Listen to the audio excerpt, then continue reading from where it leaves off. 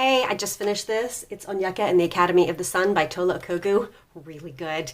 Tola has written a load of picture books, but this is her middle grade debut. It is one of my favorite middle grade adventures I've read in the last few years.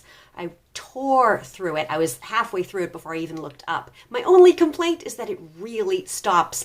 It just stops. And there's going to be a sequel, but you get to the last page and you're like, you can't stop there. It's about a bunch of mutant super children who end up at this academy in Nigeria where they learn to control their powers, which have come to them through some mining of some mysterious metal or element.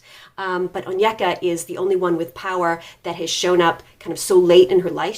I think she's about 12, where most kids there have been in the academy most of their lives because they got their powers when they were like 4. And because ONYEKA has been raised in London, she's a bit of an outsider, even though she was born in Nigeria and her parents are from Nigeria. But the really cool thing is that ONYEKA's been a bit self-conscious about her like amazing curly springy hair all her life because it's been really, really hard to manage.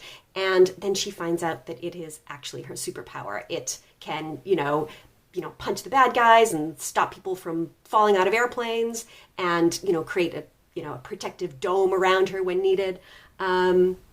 It's really good. If you liked any of the Wakanda books, of course, books like Shuri, which I loved, this is all kind of set against the backdrop of a gentle kind of Wakanda-fication of Nigeria.